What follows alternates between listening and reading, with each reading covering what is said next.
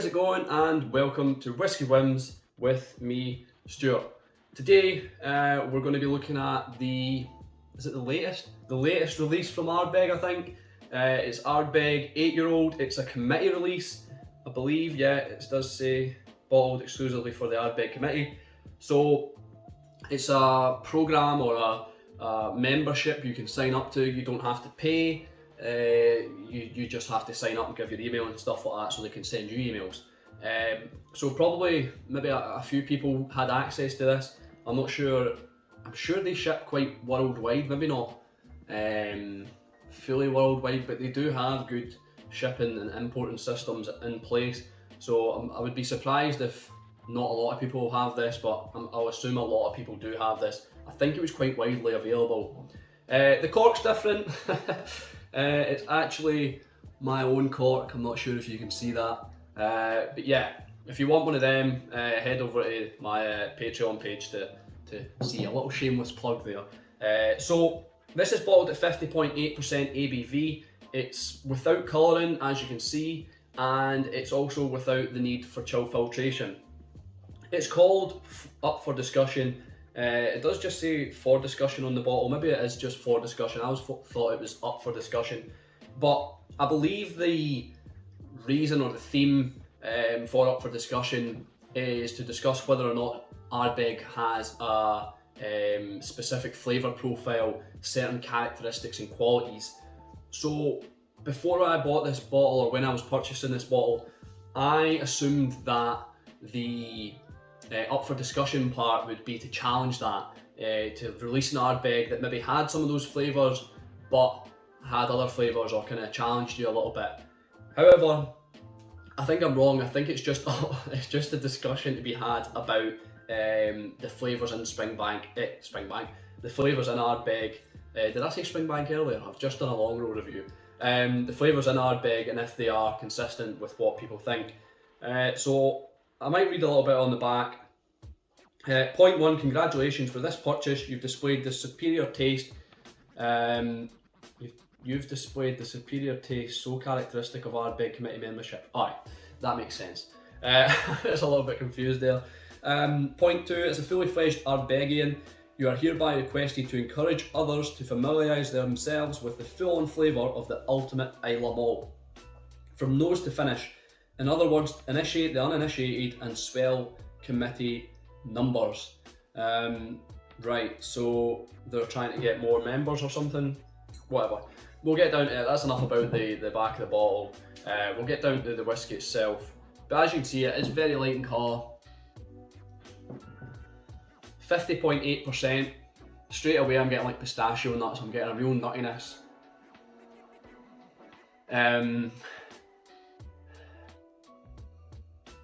There's a burnt or caramelised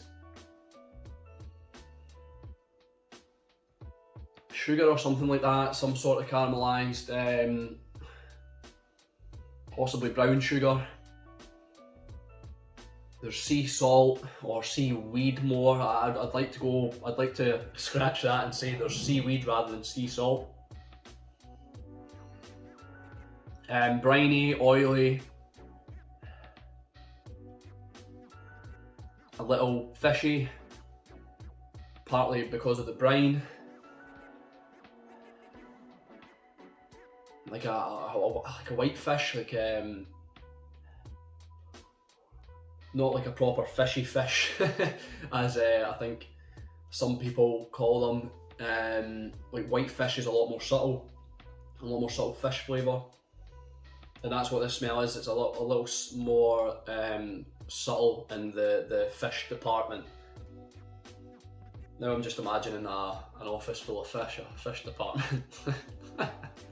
Jesus. We'll get onto the palate. I think I just got a whiff of something there, maybe.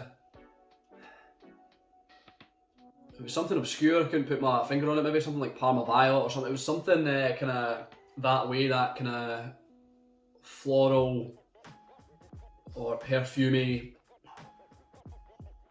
Not sure what it was, but we'll move on. I'll put it down to like kind of perfume, an aromatic perfume note. The palate.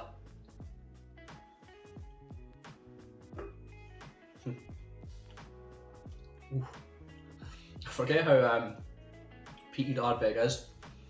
There's a little bit of a kick with that extra ABV there. Just letting you know, on the nose there's no evidence of the higher ABV for me.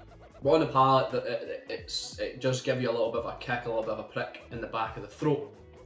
Burnt pineapple cubes, or burnt pineapple, just actual pineapple. I think pineapple cubes are the sweet.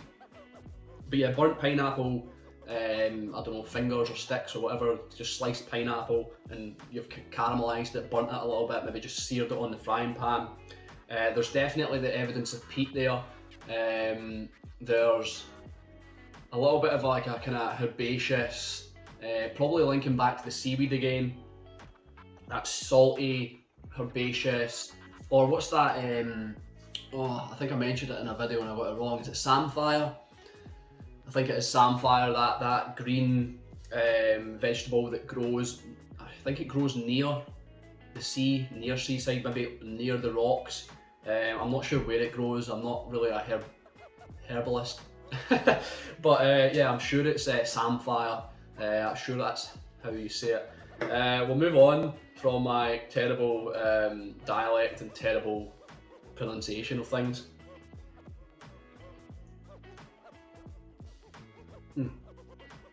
Forgot to say how much this was. I think this was £70, included with shipping. I think it was about £65, and then the shipping was maybe £5 or £10, so about £70. I think it cost me £75. The fish element from the nose, not really there in the palate. This is more citrus fruits, more smoked, more caramelised sweetness. Like I said, the pineapple there's a little citrus lemon, and possibly a touch of orange zest. I think there are flavours on the bottle, but there isn't. Did this come with a box? No, the committee bottles just come on their own as well. So it doesn't actually have any flavours on the bottle. It says it has a kind of blurb or something on the front, a kind of description, a definition that you'd find like in a dictionary. I'll try and show it, and it says it has been proposed that there is an unmistakable smoky Ardbeg intensity. Yeah, I'd agree with that. I got that intensity straight away. A strong whiff of charcoal and creosote. I mean, yeah, there probably is some charcoal there, and curious hints of something vegetal like fennel and celery mixed with wood smoke. Yeah, so I'd say that kind of samphire. I'm not sure if you can see the definition there, but yeah, that curious hints of something vegetal. I think I did say vegetal. I don't know about fennel and celery. Celery possibly mixed with wood smoke. But yeah, I'd say it's very typical Ardbeg. It doesn't taste necessarily young for being 8-year-old. If they had put an honest statement on this or whatever, I might have not guessed it was 8-year-old. It's not really fresh. It's not really like grassy or anything like that. And I think peat and Islay whiskies can get away with being a little bit young, because I think the peat just carries it a little more. Like thinking to the Kilkerran heavily peated, which are just 3 days. The peat just kind of pushes it and upholds it a little bit more.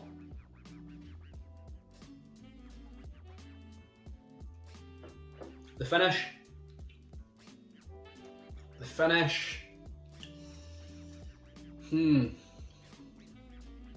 I feel like it should be long, being all that peat, that 50.8%. But I'm going to go with medium to long, because I don't think it's overly long. I would say medium to long. It's not short. There's no way saying it's short. There's a drying peat element there. Nice peat smoke, wood smoke for sure.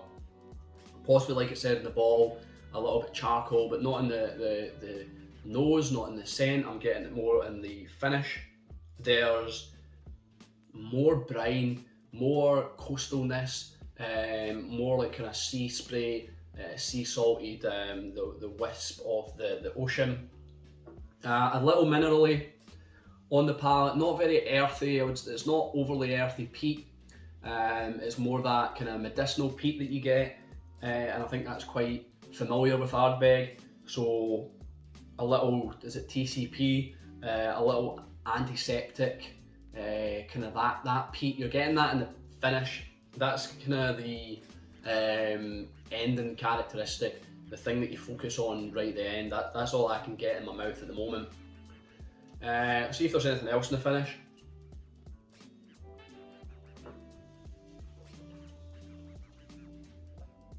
So I'm trying to think if there's any sweetness, because it's quite a sweet, fruity whiskey at parts.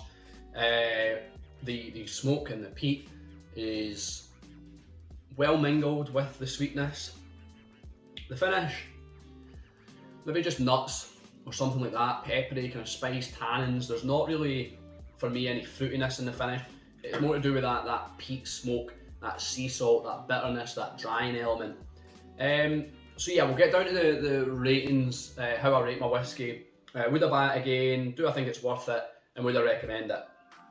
So, would I buy it again? I'm not going to get the opportunity to buy it again unless it's at auction. I think it's sold out now. I'm not sure. I've not actually checked. But I don't think I would buy it again, regardless of if I could buy it again. Yes, it's typical of Ardbeg. Yes, it's done what it says in the tin, I suppose, up for discussion. But there's nothing exciting about it. It's a nice average Ardbeg. That's all I can really say. Give me the Oogie with that little bit of sherry in it. Give me the 10. Is it better than the 5-year-old? It's probably like on the same level the 5-year-old. Yes, it's got that higher ABV. Brilliant. Thanks a lot, Ardbeg. That's a good thing. A thing to praise for sure. But the 10's hard to beat. And I know I shouldn't really relate the whiskies, but when it comes to value for money, I'm not going to be buying this over the 10. The 10's just a staple, and it's almost the same flavours I'm getting with the 10. So why would I go for the 8? Other than having the discussion of what it is. So I wouldn't buy it again. Do I think it's worth the money? Let's see. So what did we have last week? We had I'm terrible for comparing, but when it comes to value, I suppose you do need to compare. So last week we had the Long Row Red. It was 10-year-old, so you're getting 10 years age statement, cask strength, and I think that was 60 or 65 pound all in. So you're also getting those South African Malbec casks finishing the whiskey, which adds a little bit of expense to it and also adds a little bit different depth to it. This, I believe, is just bourbon, which is fine. It's not an issue, but relating it to that, this being 8-year-old cask strength as well, this for me, I don't think the value's there. The value's there for the Ardbeg 10, and it will be hard to beat.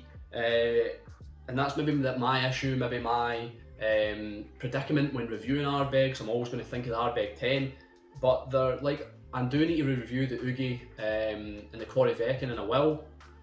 But for value for money here, this just isn't here for me. I don't think there's anything significant about it that warrants 65, 70, 75 pounds, whatever I paid. It was round about there, that price mark. There's just, especially when I can get the Ardbeg 10 in the supermarkets for £30, £35 at times, maybe £30 a little bit optimistic, £35 to £40. So I don't think it's worth it. Would I recommend it? I think samples, I've got some samples to send. I actually sent a sample to Aberdeen Whisky Shop, Nick at Aberdeen Whisky Shop, and I think I sent it to the wrong address, so I've still got to send him a sample, although when this comes out, the sample will already be sent. So I've sent Nick a sample, we'll settle that there.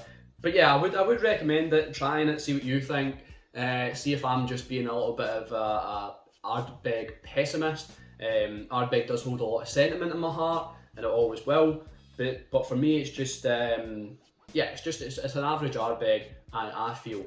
I would recommend trying it. Unfortunately today it's a whiskey bin. It's not a win. It's 2 out of 3 is usually a whiskey win. This has only got the 1 out of 3, which is I recommend it. So yeah, that's been my review. I hope you've enjoyed it. Like I said, please check out my Patreon if you want to support. If not, it's fine, just keep watching the videos and keep commenting if you do already. So yeah, thanks for watching. I've been Stuart, this has been Whisky Wins. I'll see you later.